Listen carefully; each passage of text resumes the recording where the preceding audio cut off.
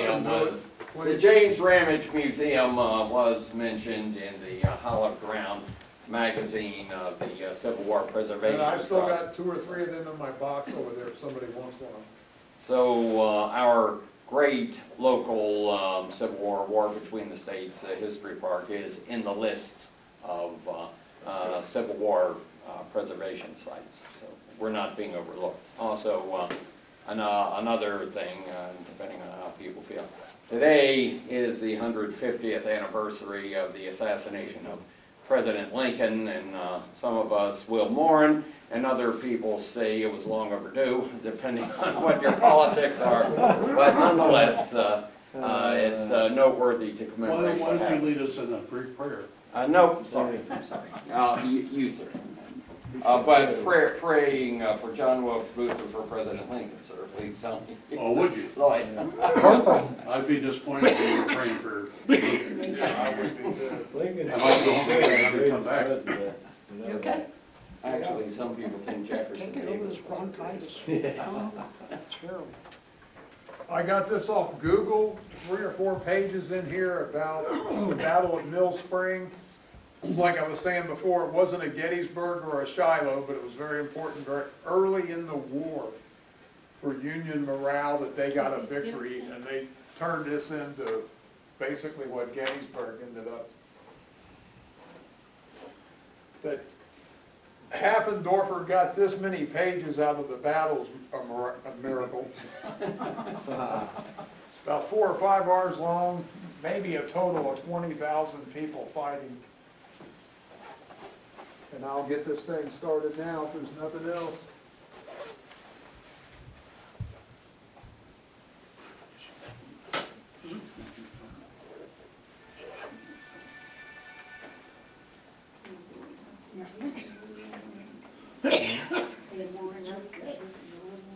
And Joyce, if I start nodding off again, tap me.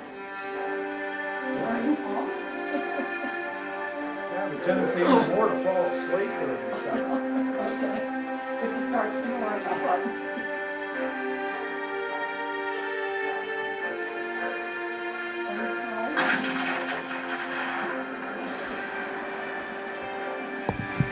But you notice as soon as I said I might not off, she turned the lights on.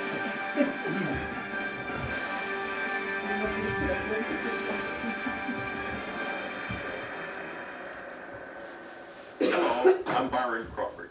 Is that It was loud on enough this for very everybody? ground in Pulaski County, Kentucky in January 1862, where the Union won its first decisive battle in the Western theater of the Civil War. Confederate forces had established a series of positions near the Tennessee-Kentucky border that they believed would help them hold back the Union Army. The western part of the Confederate defensive line was anchored high on a bluff above the Mississippi River at Columbus, Kentucky. In southern Kentucky, a large Confederate force was gathering at Bowling Green. It was there in 1861 that Charles Henry Johnston, aged 29, of Taylor County, enlisted in the Confederate Army. Yep, I remember this fight very well. Me and my brothers joined up with the Confederacy in late fall of '61. Joined up with General Zollicoffer to come fight here in Kentucky. We moved into this area in the fall of 1861. General Zollicoffer decided it was time to push the Federals out of this country, so on January 19th, we moved up to here, the battlefield, which is called Fishing Creek, the Battle of Fishing Creek by us, but the Battle of Lowe's Crossroads by the Federal troops. And unfortunately for us, it didn't go our way that day. I left 150 of my brethren here on this battlefield. And that's the reason I'm here today. I want to pay my respects to them. But you know what? We live to fight another day.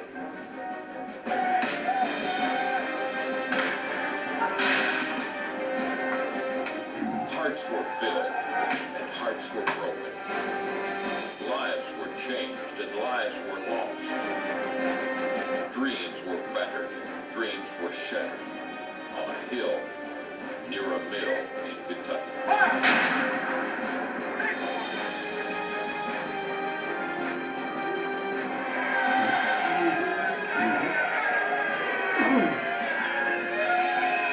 This bayonet charge is done every year at the reenactment just to show you what one would look like. They have about 100 men with bayonets come running at you.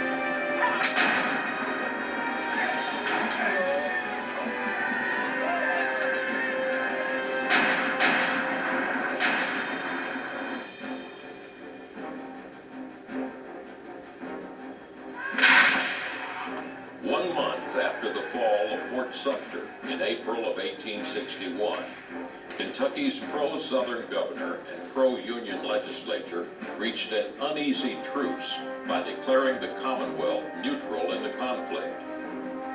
This truce was shattered in September when Confederate forces seized the Mississippi River port of Columbus. Union forces responded in kind and took Paducah and Smithland. The Bluegrass States' faint hope of avoiding the conflict behind a veil of neutrality fell like a house of cards. Forced into a decision, Kentucky chose to remain in the Union, and war raged in the Commonwealth.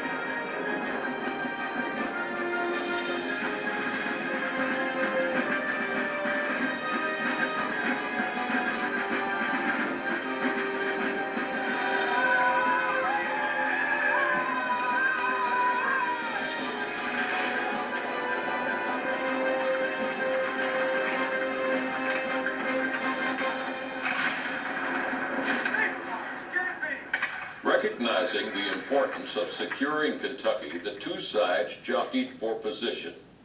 Union soldiers poured across the Ohio River, setting up defensive positions to repel The the threat from Confederates the had south. 10,000 men The to Confederates defend that moved line. north from Tennessee, establishing a line that stretched from Columbus, passing through Forts Donelson on the Cumberland and Henry on the Tennessee, through Bowling Green, through Mill Springs, and on to the Cumberland Gap.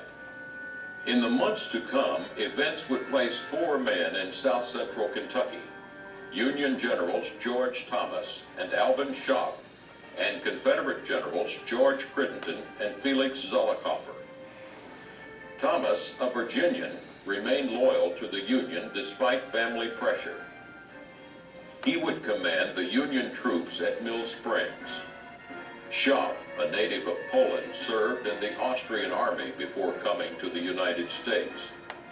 In 1861, he was made a brigadier of volunteers and was assigned to Kentucky. Crittenden, a Kentuckian from a prominent political family, resigned from the U.S. Army to join the Confederate cause. He quickly rose to the rank of Major General and was given the command of the District of East Tennessee, which included the troops at Mill Springs. Zollicoffer, a former Nashville newspaper editor and politician, would be in charge of the troops at Mill Springs. His lack of talent and training in military affairs would prove disastrous. We're here at the Mill Springs Battlefield Museum in Nancy, Kentucky. Confederate General Felix Zollicoffer's headquarters were first located at the Roundtable House on the south side of the Cumberland River just down the road from here. Then in November of 1861, he and his troops moved to the north side of the Cumberland River and built cabins much like this one during the 2 months they were setting up there.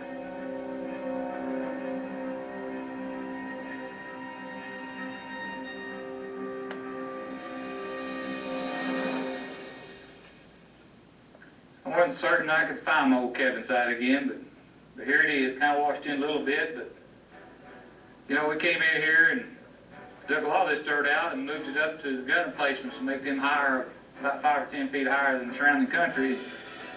And we come in, level it up with our shovels and make a flat place.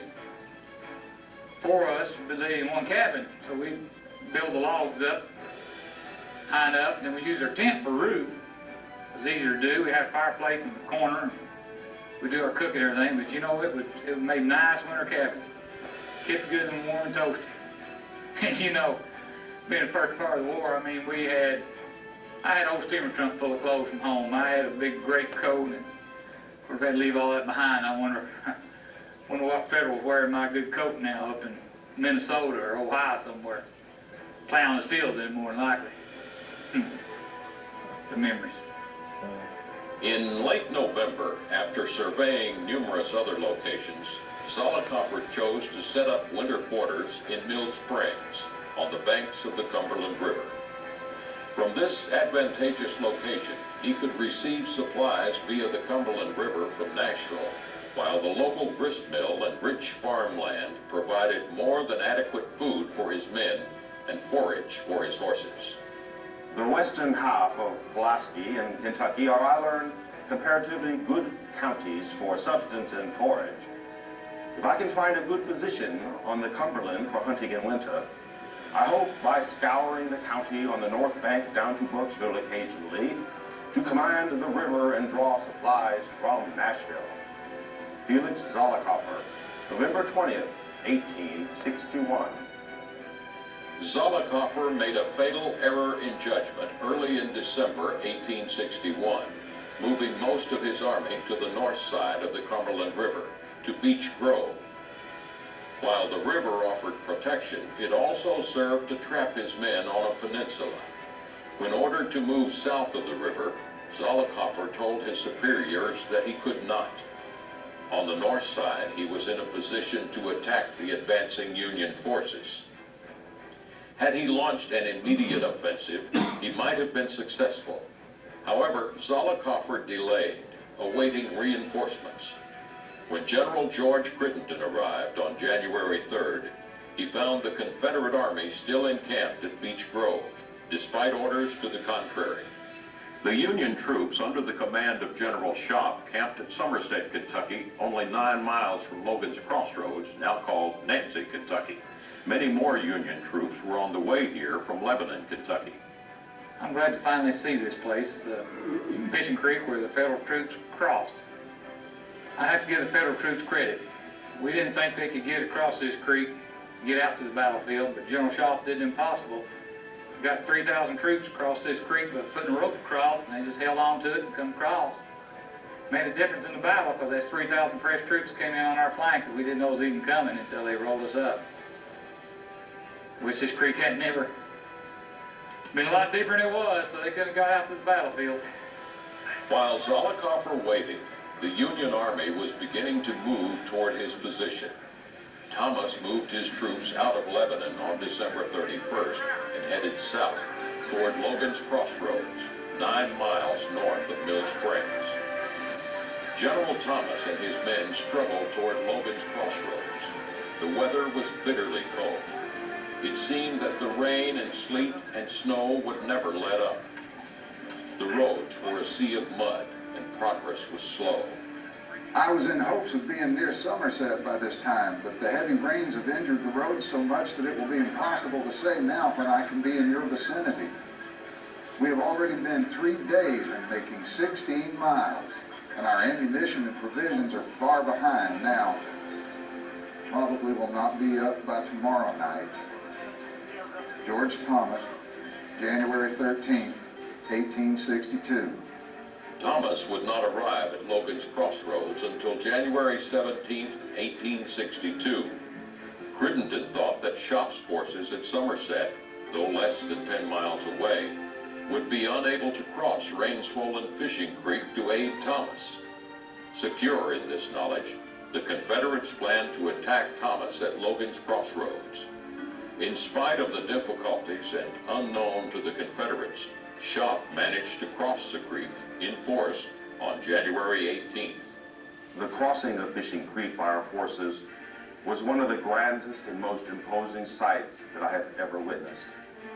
To see 3,000 or 4,000 men plunging into a deep, rapid stream of water in order to come to the support of our national flag is truly commendable.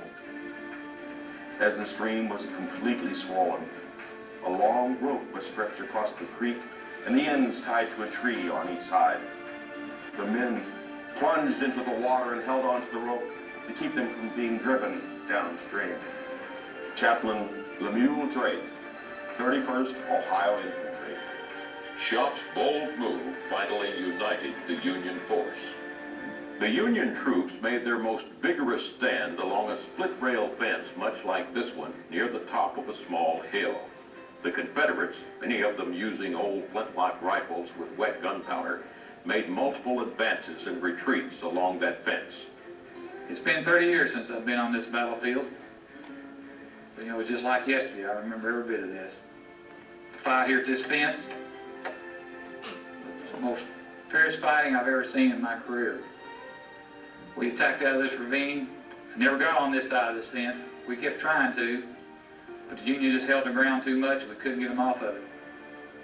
A lot of boys paid the price right here, right in the corners of this fence. It's fighting through it. We bayoneting each other through this fence. One of my best friends was killed right here. I'll never forget that day, never. All the battles we were in after this was the most important one to us. Unfortunately, we just could not carry the day, and the Union troops came in on our flank and pushed us all the way back to our encampment at Beech Grove. But that wasn't the end of the war for us. We fought for 4 more years. We showed them what for other places. I sure do miss the boys I left up here on this battlefield, though. Sure do miss them. Around midnight on January 19th, 1862, the Confederate Army began a march that would take them to Logan's Crossroads and Thomas. On that miserable night, wet, tired Union soldiers waited for the battle they knew was coming. We'd hardly gotten into place when darkness and rain were upon us. The darkest night, and the coldest, most pitiless rain we ever knew. If we had known that Crittenden's forces at midnight had been turned out of their comfortable dry tents and dry blankets, and for the next 6 weary hours were slogging along in the mud and storm and darkness, we could have as much enjoyed the contemplation of their physical and spiritual condition. It was always some comfort to the soldier on a night such as this to think that his enemy over there was at least as wet and cold and wretched as he was himself. Judson W. Bishop, 2nd Minnesota. The weather that had hampered Thomas's march now turned on the Confederates. The rebel army took 6 hours to cover the 10 miles from Beech Grove to Logan's Crossroads. In the half-light of dawn on Sunday, lead elements of the Confederate Army marching on the Mill Springs Road encountered Union troop pickets near a small stream known as Timmy's Branch. Unaware that they were facing the entire Confederate Army, 100 men stubbornly resisted Crittenden's forces. The small arms fire alerted Colonel Malin Manson. The picket companies, having rallied, held the enemy in check until a courier arrived in my quarters with information that the enemy were advancing with a very large force. I caused the long wall to be beaten. The 10th Indiana Regiment was quickly formed, and I ordered them to the support of the picket companies. Colonel Malin D. Manson, 10th Indiana. The Confederates pushed the Union pickets back, but reinforcements from the 10th Indiana rudely received the rebel soldiers. Crittenden's forces struck our cavalry post, which fell back, contesting every inch of ground to the outer line of the infantry pickets. The long roll sounded, and in 5 minutes the regiment was in line of battle and soon hotly engaged fighting. The continual zip, zip of the bullets soon settled the fact that the 10th was engaged in battle.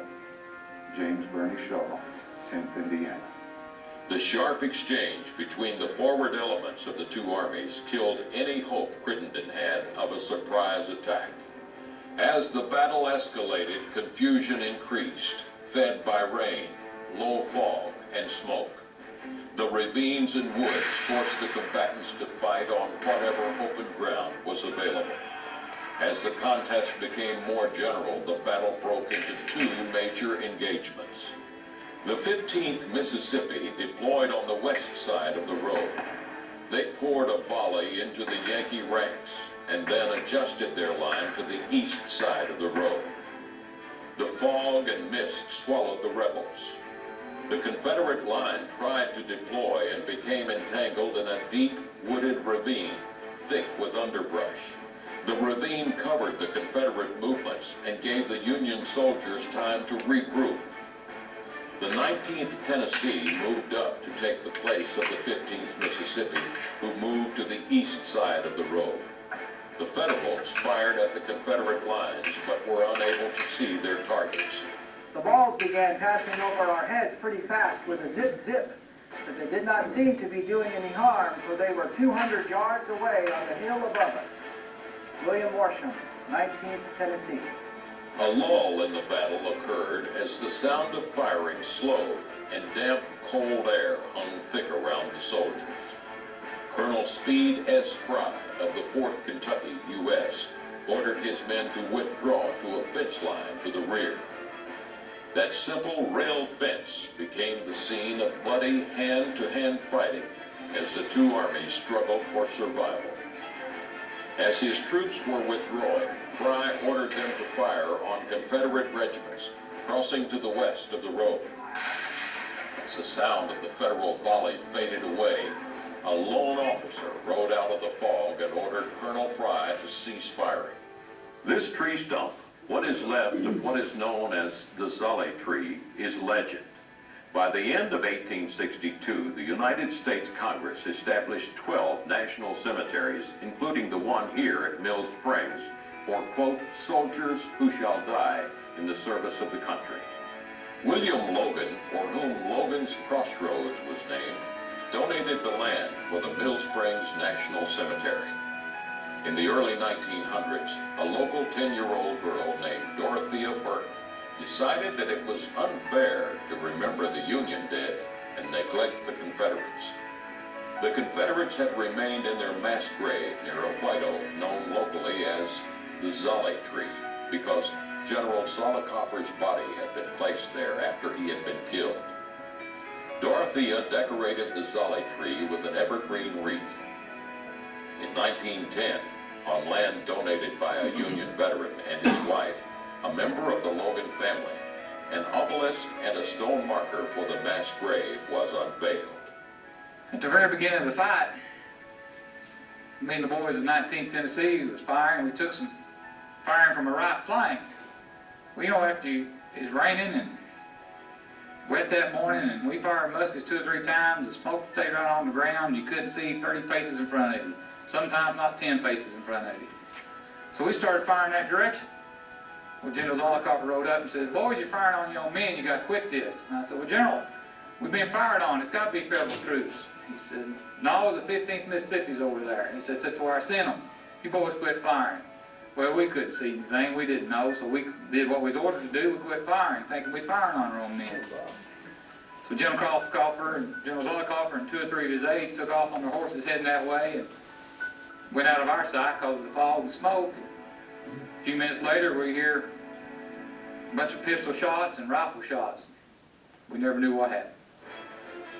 We must not fire on our own men, said the officer, a tall man dressed in a raincoat with no visible insignia. I would not do so intentionally, answered Fry, as their horses passed close enough to touch. Fry then turned to ride toward his men to order them to stop shooting. Suddenly, a mounted officer galloped into view, shouting, General, they are the enemy. This officer, Zollicoffer's aide, Captain Henry Fogg, fired his pistol at Fry. The shot missed, striking Fry's horse. The Union officer wheeled and fired, as did several members of his command. Both Confederate officers fell dead. Unaware that Zollicoffer lay dead, the Confederate regiments on the east side of the road finally sorted themselves out. The 15th Mississippi charged out of the ravine with a tremendous roar and hit the Union line hard. Our boys soon drove them back to the main line and then advanced as Zouaves by lying flat and firing, wheeling on their backs and loading, rising and running forward about 10 steps, and again dropping and firing. This was kept up until the entire 10th Indiana Regiment was driven from the field by our brave Grenada and Dutch boys. James R. Benton, 15th Mississippi. The Union lines countered the assault of the Mississippians. There was a continued rattle of musketry and the boom of artillery for 3 hours. Old McCook ordered his men to advance on them with fixed bayonet and loaded guns. They charged up the hill against the Mississippi Tigers, who were behind the fence. They shoved their bayonets through the fence with the devils up and used their legs. Then the old Dutchman gave the order, fire, and the rebels fell like grass before the wind. Private James Baker, 1st Ohio Light Artillery. The fight became hotter still. Lead and steel filled the air, already heavy with rain and fog. The continuous fire of muskets and rifles added yet more smoke to the atmosphere. The men could see only a short distance, and everywhere was noise and confusion. Union soldiers fought desperately to hold the ground at the fence, slowly forcing the Mississippians to give way. Suddenly, the 20th Tennessee came to their aid, but their wet flintlocks would prove their undoing. With a shout that would warm the Egyptian army, we rushed up to the 15th Mississippi with only a fence between us and the enemy. We did the best we could with our old uniforms. Mine went off once in the action, and although I wiped the pan and primed a dozen times, it would do so no more. I had just taken aim and pulled the trigger, and was waiting for the hammer to descend when I felt a new sensation across the small of my back. It was like the cut of a knife, and I knew I had been shot. James L. Cooper, 20th Tennessee. The weight of the Union firepower began to tell, and the momentum of the battle swung in their direction. As the Yankees pushed the Southerners from the fence, the Tennesseans cursed their ancient weapons. The rain was descending in torrents, and our flintlock muskets were in bad condition. Not one in three would fire. James L. Cooper, 20th Tennessee. As the Tennesseans fell back to regroup, the 15th Mississippi made another fierce assault at the Blue Line. Surging from the ravine, desperate to end the contest, they slammed into the fence with all their might. Our entire line, putting their guns through the cracks of the fence, fired into them with ball and buckshot, and the scene that followed beggared description. The screams and groans, officers cursing and begging, trying to rally them in. I shall never forget the scene. It almost makes my blood run cold to think of it. James R. Benton, 15th Mississippi. In a desperate attempt to rally the 20th Tennessee, Lieutenant Bailey Peyton shouted for his men to follow as he started out of the ravine toward the fence. Not knowing that he was alone, Peyton rushed headlong at the Union position. The Union soldiers shouted for him to surrender, but the 18-year-old officer answered by firing his pistol. The Union soldiers responded in kind, and Peyton fell dead. The 10th Indiana and 4th Kentucky regiments fought until they ran out of ammunition. As they withdrew, new regiments filled the gap. The 2nd Minnesota quickly made their presence known, hitting the fence with a fury. The action at the rail fence became desperate, bloody fighting. We were so close on them that one of the men had his beard and whiskers singed by the fire of one of the muskets. Another caught hold of one of their muskets and jerked it through the fence. Two stood and fired at each other, their muskets crossing. Both fell dead. Colonel Horatio P. Van Cleve, 2nd Minnesota. The weight of the Minnesotans proved too much for the weary Confederates. The 20th Tennessee Regiment, armed with ancient flintlock muskets that were all but worthless in the wet weather, grew panicky. The enemy was advancing with fixed bayonets, but the Minnesota boys came up to them with an Indian yell, and such a volley as there was poured upon them for about 40 minutes was never before heard. And the enemy gave way for us. We were so close to each other that our boys pulled their guns out of their hands. There was nothing but fence between us. Fortunate for our side, they shot too high. David Griffin, Company F, 2nd Minnesota, Infantry. The 2nd Minnesota forced the Confederates back toward the ravine where the Mississippians had taken refuge. 40 years later, one Mississippi soldier recalled, On Falling back to reload, I noticed that our men were somewhat demoralized. I was perfectly astonished, for such a thing as Mississippians being defeated had never entered my brain. My God, Colonel, we are not whipped, are we? Smiling at my remark, he pointed to the rear and said, "Look there." I, for the first time, saw directly in our rear and occupying the position we had first held and where our horses were hitched, a large regiment of what seemed to me the largest men with the bluest clothes I ever saw. I asked him, what were we to do? He replied, "Get away if you can." James R. Benford, 15, Mississippi. It was over at the fence, and the Confederate troops were pressed hard by the Federals. As we approached the fighting ground, the trees were flecked with bullets and the underbrush had been cut away as if with a scythe. The dead and wounded lay along the fence, on the one the blue, on the other the gray. Further on, the enemy's dead were everywhere, scattered across the open field and lay in a windrow along the ridge where the second line had stood. Judson W. Bishop, 2nd Minnesota. During the Confederates' retreat to Beech Grove near the Cumberland River, the Union Army pursued them right back to their camp, and all during the night they fired 300 cannon rounds into the Confederate camp. I remember this place. I'm glad to see they brought the old 6-pounder and put it back on display here, because this gun emplacement protected the Mill Springs Road. But it's a good example of why we had to leave here too. This 6-pounder couldn't reach the Union lines. They had those new rifle cannons, and they must have fired 200 or 300 rounds at us that night. But you know what? We had a mile of trench works here.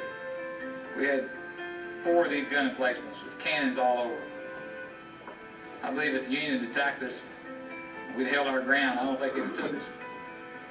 But you know, that night about midnight, the general's orders to fall in with just our guns, our ammo, no food, no blankets. Fell back to the river, took us across the river, and said, "Boys, we're in retreat." You know, we're surprised because we had all kinds of stuff up here. Our cabins were here. We had plenty of food. You know, I left the cabin with food on the stove. I mean, you know, for the next 4 days, we marched back to the Nashville. Groups 2s and 3s, no organization at all. Army just disappeared. No food, no blankets. It's snowing, raining. I don't know how many brave boys we lost in that march back. I wouldn't even call it a march. I just called it a retreat. But you know, we got back to Murfreesboro, Tennessee, and we formed our army back up, and we went on to fight for the next 4 years. We should have never left this place. We could have whipped every Federal that came across the sea. The Battle of Mill Springs was 2 separate engagements, and the outcome of one influenced the other. While the Mississippi, Tennessee, Kentucky, Minnesota, and Indiana troops hammered away at the rail fence on the west side of Mill Springs Road, a 2nd Brigade of Tennesseans was fighting east of the road. As the 2nd Minnesota was ordered up the east side of the Mill Springs Road, the 9th Ohio, a German-speaking regiment from Cincinnati, was sent to the west. The Confederate soldiers on the west side of the road were sheltered by some buildings and fences. By late morning, the Confederate line was strung out in an east-west fashion on either side of the Mill Springs Road. The 15th Mississippi and the 20th Tennessee held the east side. The 29th Tennessee was ordered into the middle, roughly along the road, and the 19th, 25th, and 17th Tennessee were on the west side of the road. Early in the battle, Confederate forces outnumbered Union defenders strung out along the line. The weather combined with the antique weapons carried by the Tennessee soldiers evened the odds, and the hard-pressed Yankees held until fresh regiments came forward. The rebels pushed the 10th Indiana, 1st Kentucky Cavalry dismounted, and the 4th Kentucky to the point of exhaustion. just as the 2nd Minnesota and the 9th Ohio arrived on the field. The Minnesotans fanned out on the east side and the German Ohioans on the west. The Ohio regiment was perhaps the best drilled regiment on the field. Most of the men were veterans of European wars, and they knew and took orders well. The fight to the east ground to a bloody stalemate. 8 companies of the 9th Ohio rushed through a stand of thick woods to the west side of the road, where they were immediately thrown into the fray. The enemy were posted in force on the edge of and in the woods opposite us, separated by 2 cornfields. Robert McCook, 9th Ohio. McCook ordered the 9th to fix bayonets and charge the rebel line. Their regimental commander wheeled his troops with precision and ordered the charge. If it gets too hot for you, shut your eyes, my boys. Forward! Major Gustav Kammerling, 9th Ohio. The disciplined German soldiers executed the maneuver as if on parade, crushing the Confederate left and bringing unbearable pressure on the right. The enemy again reinforced the right and began a flank movement and forced our entire left wing over the top of a ridge. We were unable to check the now advancing foe. The whole line now gave way and left the field in wild confusion and disorder. William Morsham, 19th Tennessee. McCook later described the Confederate withdrawal. The enemy immediately fled precipitately, leaving their dead and wounded, and their knapsacks, blankets, provisions. Robert McCook, 9th Ohio. The Tennesseans were done. Their weapons proved useless, and it was suicide for them to face the relentless rifle and musket fire of the Union Army. In frustration, many smashed their guns against trees, and others simply threw them down and ran toward the rear. Our colonel gave the order to retreat in haste or we would be cut off. There was a rush made to get out of this thicket, and in leaving, my foot was caught in the ground. I fell in the pathway leading out of the thicket. I made many efforts to rise up, but before I could rise, some boys would step on me, and I'm sure that not less than 20 men ran over me before I could get on my feet. Lieutenant Spencer Talley, 28th Tennessee. The advance from Beech Grove took 6 hours, the retreat less than 2. The 16th Alabama worked to keep the route from becoming a disaster. Colonel William B. Wood ordered his regiment into line of battle. As the beaten soldiers began to fall back in confusion, some of the Alabama men panicked and drifted off. Colonel Wood quickly rode to the front of the regiment. "Face the enemy," he shouted. "Remember, you are Alabamians. If you retreat, I will charge the enemy single and alone." Wood's courage steeled his men. The 16th Alabama fought a fierce rear guard action, moving in to help the Mississippians fight their way out of the ravine. Remnants of the 25th and 29th Tennessee joined the Alabama soldiers who withstood continuous volleys from the muskets of jubilant Yankees. Finally, the enemy began to waver and give before the shower of lead and glittering steel brought to bear on his shattered ranks, and he commenced a precipitate retreat under a storm of bullets from our advancing forces until his retreat became a perfect rout. James Birney Shaw, 10th Indiana. On came the Federals, pushing the Alabama boys and the ragged Tennesseans back. Colonel Wood retired over a hill about a half a mile from the main battle. Here he ordered the men into line of battle one more time. Wood's regiment and those who joined him held the Union forces for about an hour, while the beaten Southern soldiers fell back toward Beech Grove. The rebel soldiers rushed headlong for the fortifications at Beech Grove. We reached the Cumberland River near our camp about sunset. The Yanks kept in close pursuit all the way. Our few cavalrymen who covered our retreat held them back until we were in a somewhat fortified position. Lieutenant Spencer Talley, 28th Tennessee Infantry. After pausing to regroup and rest, the Union pursuit reached Beech Grove late in the afternoon, unlimbered their artillery, and began to harass the Confederates. At the explosion of our shells, the Secesh ran like sheep. One of our shots killed 18. Another cut off the top of a tree under which we found the mangled bodies of 15. The third fired the ferry boat. Private Joseph G. Durfee, 9th Ohio Battery. At Beech Grove, General Crittenden, who prior to the battle did not believe crossing the Cumberland River with the enemy so near practical, now insisted the Army must cross. A very nervous Crittenden wrote 10 days later, Beech Grove was untenable against his concentrating force. That it was so untenable was my decided opinion. With the morale of the Army impaired by the action of the morning, I deemed an immediate crossing of the Cumberland necessary. The crossing took most of the night and into the next morning. We were on the riverbank in one compact mass of excited and confused humanity. Thousands were there waiting, each his turn to get on the noble Ellis as she crossed and recrossed the river. William Morsham, 19th Tennessee. When we were through crossing, the little steamboat Ella, which we used in crossing, was burned to prevent its use by our enemy in its pursuit. Spencer B. Talley, 28th Tennessee. The jubilant Union soldiers that marched into the former Confederate stronghold the next day were both excited and relieved. We expected the battle to continue on the 20th. Our artillery blasted a good morning into the enemy's camp. Our infantry advanced, but the enemy was gone across the river, leaving 18 cannon, 100 wagons, many horses, and considerable equipment. Constantine Grebner, 9th Ohio. Some of the Union troops took souvenirs and other trophies. I have heard of soldiers plundering an enemy camp, but now I know what it means.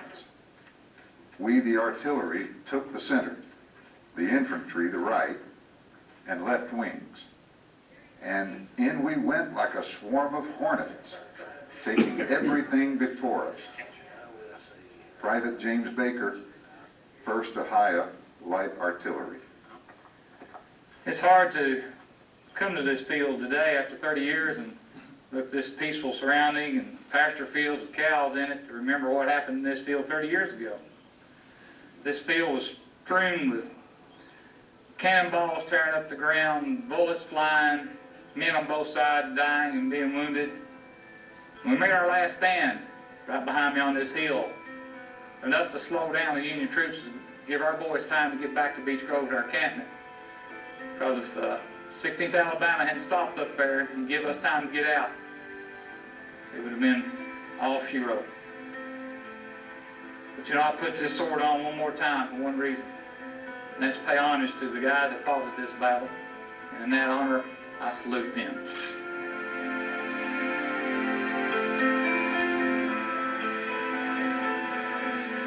You know, it's nice to be able to come here and remember these guys. I don't want to ever forget what happened here, the men I fought with.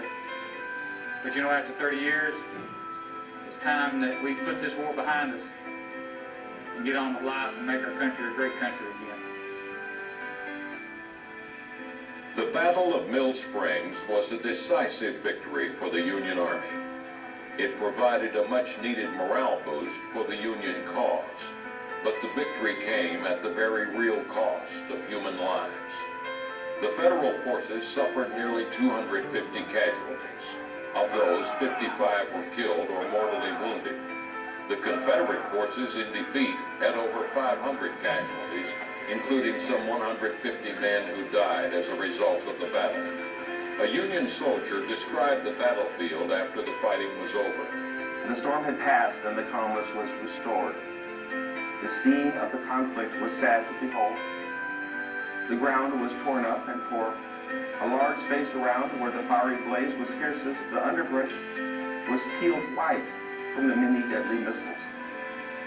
The fence along which the Union line was formed was riddled with bullets. The old field through which the Confederates advanced was strewn with the dead and dying. The dead lay in all positions.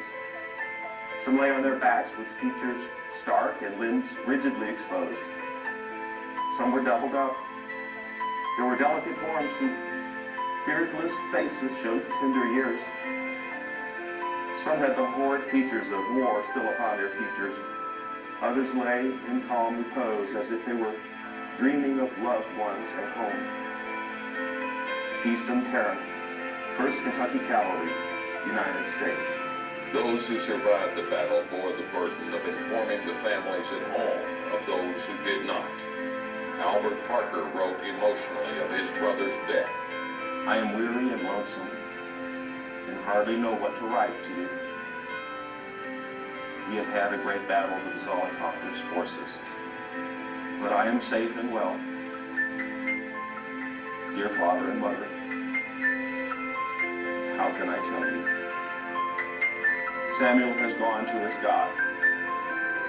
He now sleeps the sleep that knows no walking on this earth, beneath the cold soil of Kentucky. Albert Parker, 2nd Minnesota.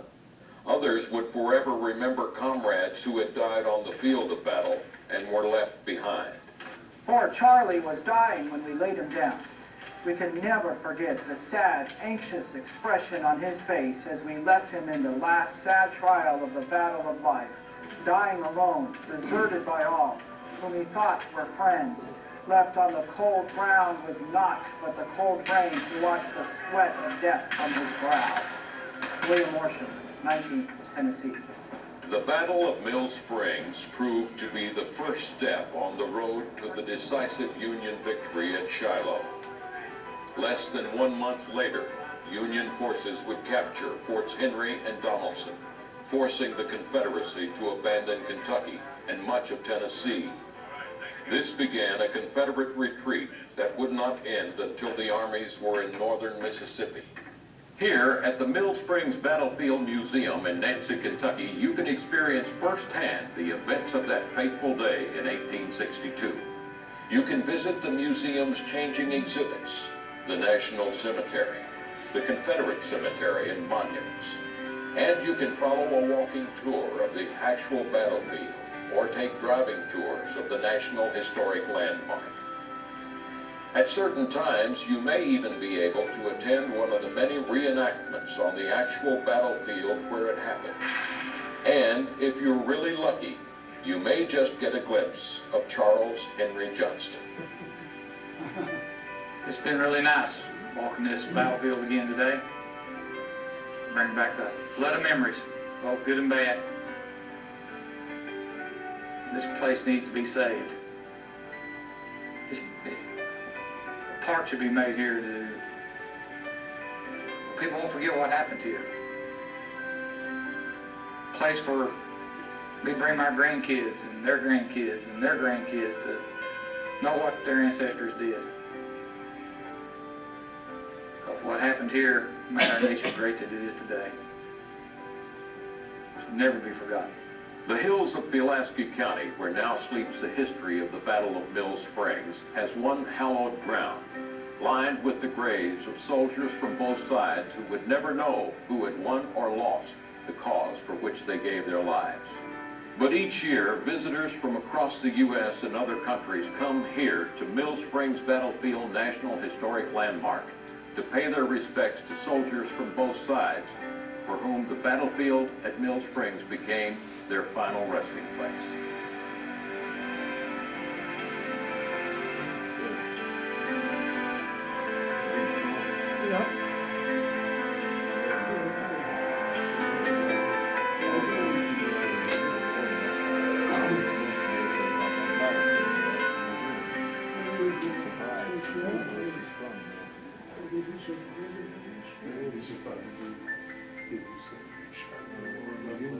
They don't get into that.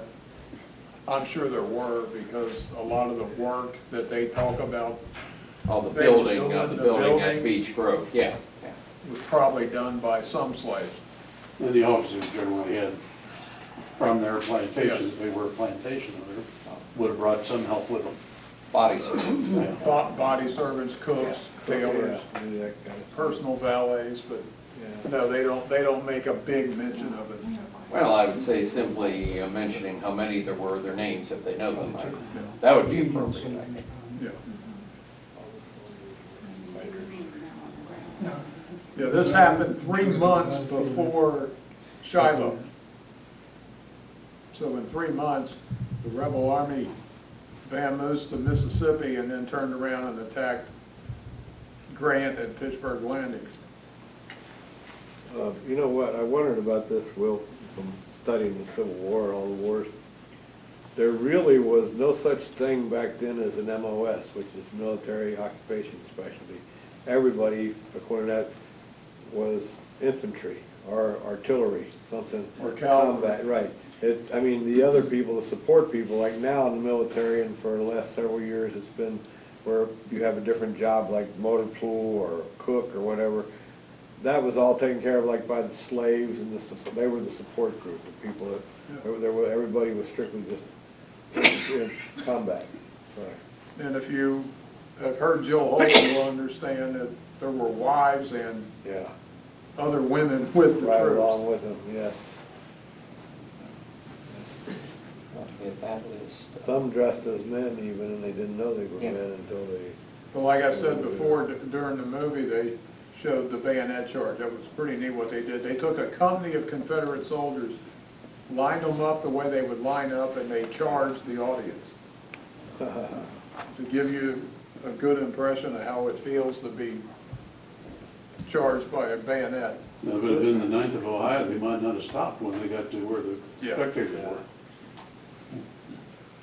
They didn't really know what trenches were back then so much either. Well, not then, no. World War I. Fences and walls. It was crazy. Well, you saw the defense of line that they were fighting over. Yeah. I mean, I think a mini ball would have knocked that thing over quickly.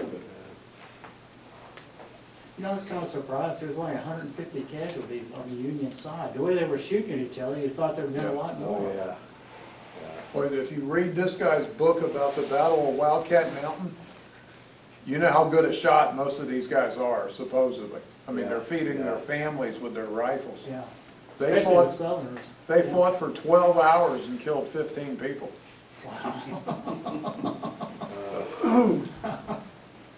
Well, the Confederacy had, most of them were smoothbore muskets. Well, that's what, Which basically, you know, the length of this building here is Yeah. probably all the further they were accurate. And of course, the Union was using their Springfields and so many other weapons that were rifled. So they had about 3 times the distance. Yeah. Yeah.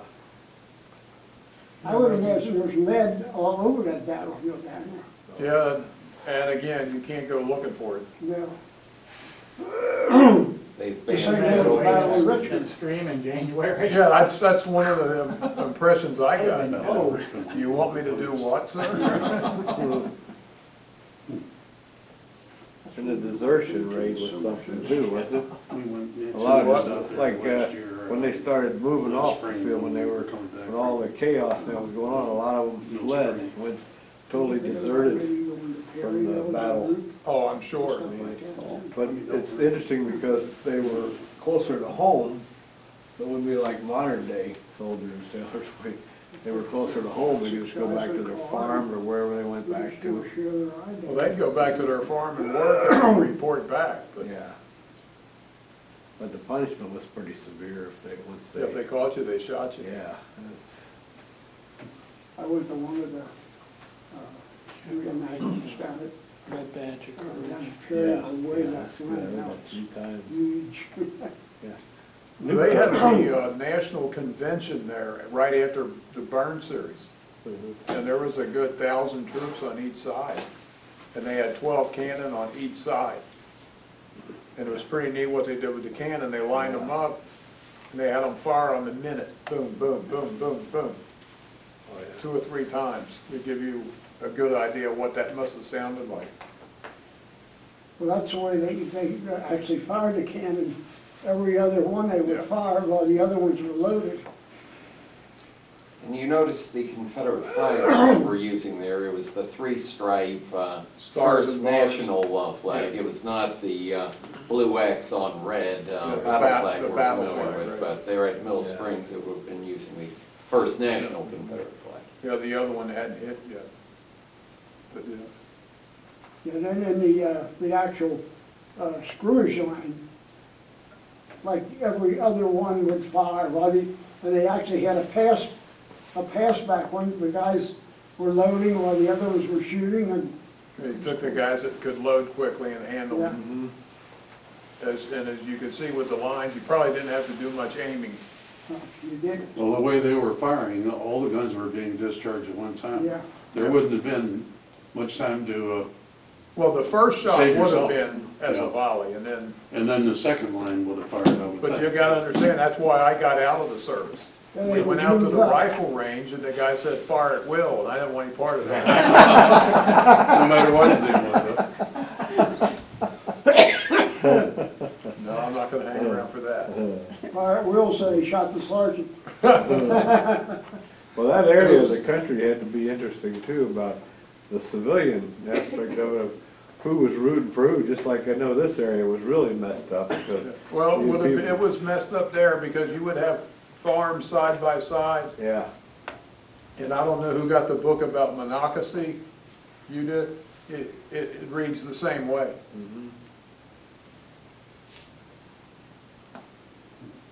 Well, most of these battles during the Civil War were fought on farm fields. Yeah. And, If you've been to Virginia, you've been to Mill Spring, and if you've been to Mill Spring, you've been to a Virginia battlefield, because it looks just like Bull Run down there.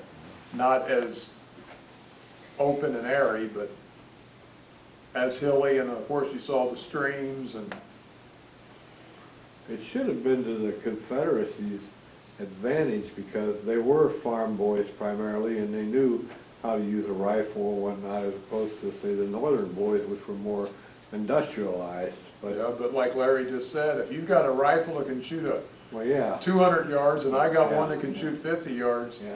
They had you the don't have to better- wait very long. Definitely had the better And equipment. Cincinnati at that time was frontier, so Yeah. those guys were still using their rifles. Well, when the guy said go west, this is where he meant.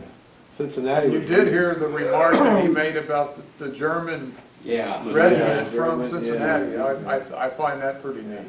Cincinnati was rooting His for both great sides grandfather was during the war. fought in it. Mhm. Yeah, that's right, he mentioned that before.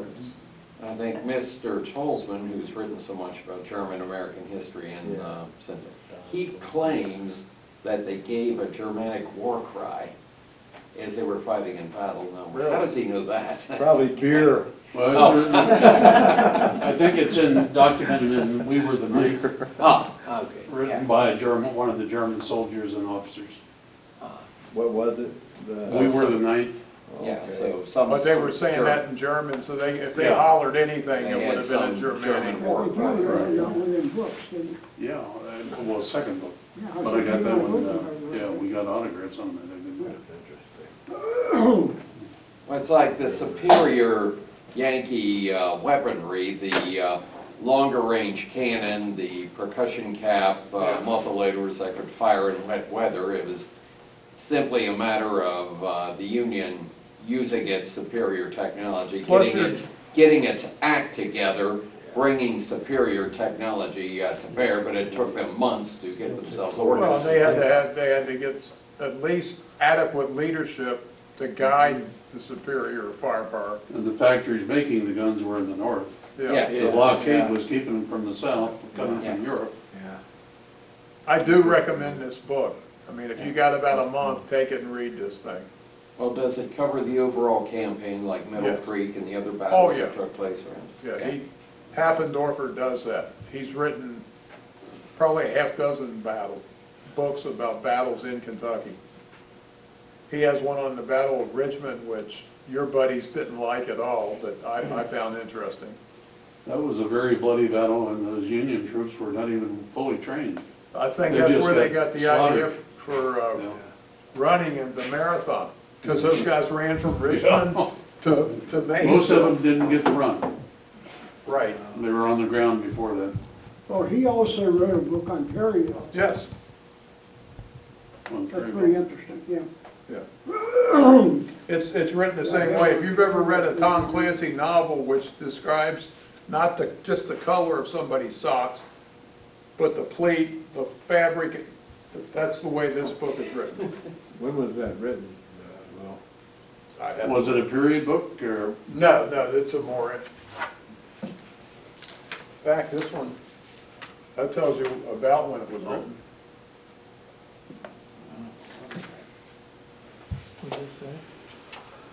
How did we catch that? Nowadays, we're supposed to ask, is there an e-reader version of it? Yeah. Don't, you I don't doubt ask it me on that, please. Larry will attest to that. I don't need an e-book. This is copyright 2001, so it's For travel. a recent book.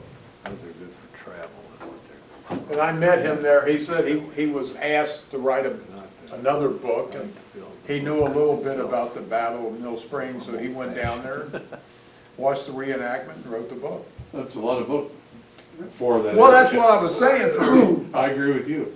150 dead, I mean, you don't You know, diminish that, but it's, like I put said, in it's an not, awful lot of detail, like a movie script. yeah. Well, I imagine that book is available down in Battle of Mill Spring, Yes. Mill Spring Valley. Yeah, that's where I got it. Does Ohio, maybe Ohio bookstore might have that. Probably has it. Amazon. And even Yeah, Amazon. Amazon, they have it. Amazon, you might even get them to order it for you at Joseph Beth, or, Where did you get the DVD? Down there? yeah. Yeah, I was told I could buy one thing, I won the book, and got Haffendorfer to sign it, so I took the money I had and bought the DVD. Well, the entire book might be on disc, that you might read it on a computer screen, or if you're willing to pay money You for hold a it. book in your hand and read it, flip it back and forth, looking at You're a it. really old-fashioned Like a real person, you know. Have you seen the books that Larry has, is at the museum, The Soldiers in the Civil War? Yeah. I learned to read from those books. I didn't learn to read on an e-machine. There's 200. But you've got all the wars that ever happened, I think, don't you? Yeah. Back to the time of Caesar and beyond. Oh, yeah. Not before, I don't. My Yeah, wife his gave them to collection. me for Christmas.